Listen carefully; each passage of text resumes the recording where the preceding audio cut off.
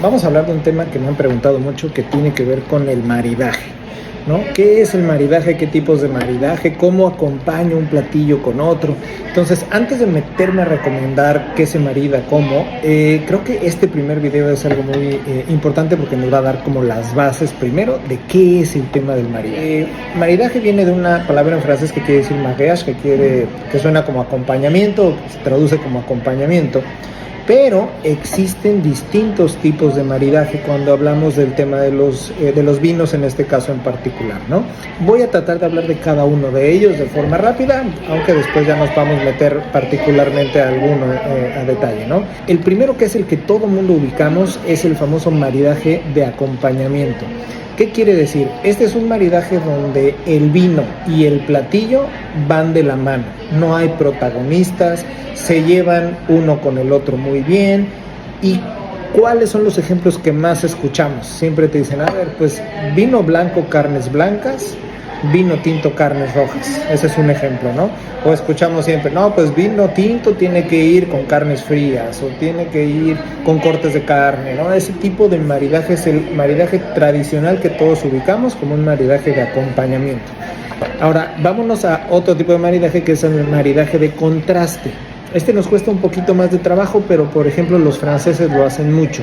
Es el tener un platillo y un vino que son distintos en su sabor, pero que al juntarse generan esa maravilla de ir bien uno con el otro, ¿no? Por ejemplo, los franceses utilizan mucho los vinos dulces de postre, los famosos sauternes, y los acompañan con quesos fuertes, por ejemplo. O el otro maridaje de contraste que es muy común es un vino tinto con chocolate amargo, por ejemplo, con un pastel de chocolate amargo.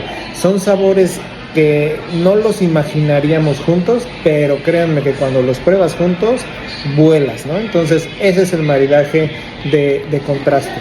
Después tenemos uno que es el maridaje, se le llama de cocina. ¿Qué quiere decir? Imagínense que yo voy a preparar unos mejillones al vino blanco y los voy a preparar con este vino de aquí, ¿no? Entonces, este es el vino que voy a utilizar para cocinar. Cuando hablamos de un maridaje de cocina, quiere decir que el vino que utilicé para cocinar mis mejillones va a ser el mismo vino que yo voy a servir en la cena, ¿no? De esta forma, el platillo y la preparación de los alimentos acompañan al mismo vino, ¿no? Entonces, va a ir muy, muy bien. Después de este maridaje tenemos otro que se le llama un maridaje de elementos puente. ¿Qué quiere decir maridaje de elementos puente? Vamos a ponerlo en un medallón de atún. Un medallón de atún por sí solito tiene una complexión que queda en medio, ¿no? Digamos, puedes tener un vino blanco, un vino rosado, un vino tinto joven, pero si ese medallón de atún tiene una costra de pimienta, por ejemplo, entonces te va a subir a un vino tinto o te va a requerir un vino tinto. Si, por ejemplo, ese mismo medallón de atún lo haces en una salsa de mango, te vas a ir hacia un vino blanco. Entonces, el elemento puente puede ser desde los elementos de cocción, como en este caso podría ser la pimienta o el mango, o bien si tienes algún acompañamiento, alguna salsa o algo alrededor del platillo, eso te puede ayudar a decidir qué tipo de vino es la mejor opción, ¿no?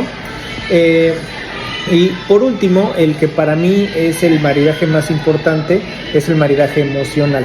¿Qué quiero decir con maridaje emocional? Que muchas veces podemos estar tristes, deprimidos o pasando por un momento difícil, y si en ese momento te dan a ti un Petrus, ¿no? Que puede ser el mejor vino del mundo, la verdad va a ser un vino X, va a ser un vino que ni te va a gustar, ¿no? Pero si estás muy contento, muy ilusionado, estás pasando por un momento padre, y así te den el Padre Quino en su jarrita, en su florero original, va a ser el mejor vino que has probado en tu vida, ¿no? Entonces, el tema del maridaje, como pueden ver, es muy amplio. Y posteriormente ya me meteré a hacer videos de maridaje, de postres y algunas cosas que me pidieron para ir aterrizando poco a poco, ¿no? Pero bueno, en el Inter los invito a que se suscriban al canal de YouTube, que me sigan en las redes sociales, para que sigamos descubriendo más de este apasionante mundo del vino. Bueno, por aquí nos seguimos viendo. Salud.